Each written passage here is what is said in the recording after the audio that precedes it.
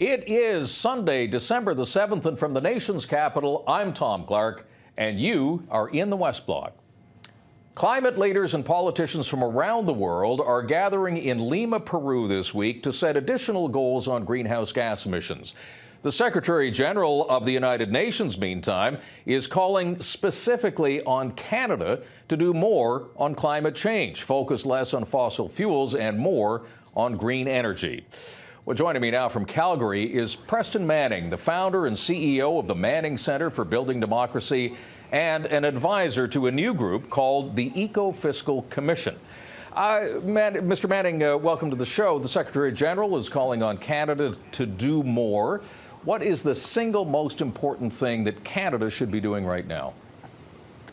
Well, this Eco-Fiscal Commission, you can approach this problem, as you know, Tom, at different levels. The UN is looking at it from an international level, and that puts pressure on the national governments, the federal governments. But as I understand this Eco-Fiscal Commission, they want to focus more on the local dimensions and the provincial dimensions of integrating economic development and environmental conservation.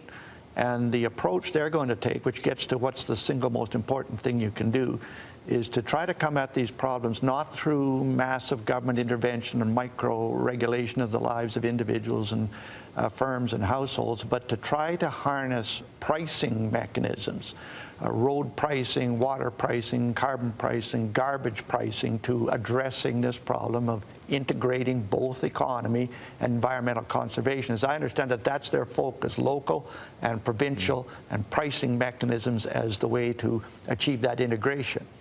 Well, when you said carbon pricing, of course, that's the thing that got everybody's eyebrows raised when Preston Manning comes out and says, in effect, put a price on carbon, which comes close to a carbon tax, and I understand you don't like the terminology.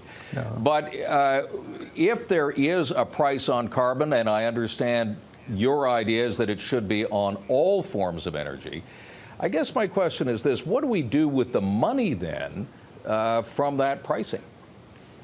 Well, ideally, it should go back into financing innovations to deal with the environmental impacts that it's attempting to reduce.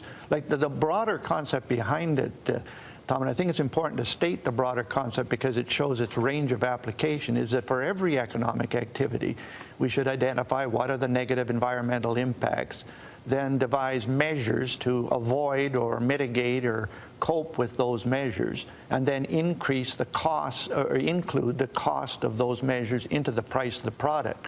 And the revenue that's generated ideally should be directed into innovations to deal with the environmental impacts that you're trying to reduce. And whether those dollars should be in the hands of the government or whether they should be in the hands of some agency that's an innovation stimulator or left in the hands of the companies, that's one of the interesting questions that these economists that are part of the Eco-Fiscal Commission are going to deal with.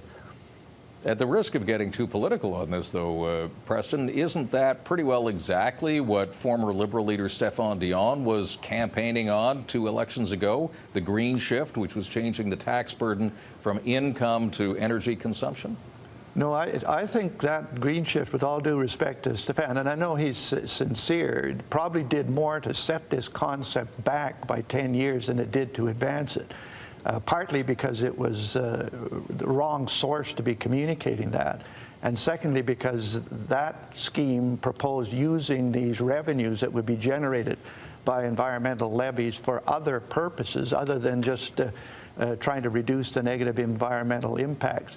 So I think what this Eco-Fiscal Commission is going to do, and it consists of a group of 9 economists and then an advisory group. I'm just part of the advisory group. I'm not one of the economists. Are trying to take a step back and see, is there not some way of coming at this issue in a more realistic and forward-looking way, not looking backward, but looking forward. We've only got a minute left, Preston, but I'm wondering 2 things. First of all, how have you dealt with the conservative blowback from this? Because, you know, the question is, who's out of step, Preston Manning or the Conservative Army? But the other thing is, what do you say to the people of Alberta, many of whom think that their future depends on getting that oil out of the ground? And they might look at this as not a betrayal, but as a way of stopping that progression. What do you say to them? Well, I say, what's the biggest obstacle to getting Alberta Petroleum from Alberta to market?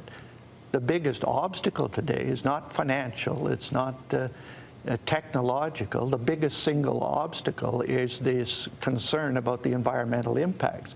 So I say, if your primary concern is to move that petroleum to international markets and the American market, then let's deal more effectively and positively with these negative environmental impacts, which are the biggest obstacle to that objective. And there's a lot of Albertans that have come around to that conclusion. And there's a lot of conservatives who see a link between conservation and conservatism. There's nothing incompatible there. Preston Manning, always good talking to you. Thanks very much for taking the time today. Thanks, Tom.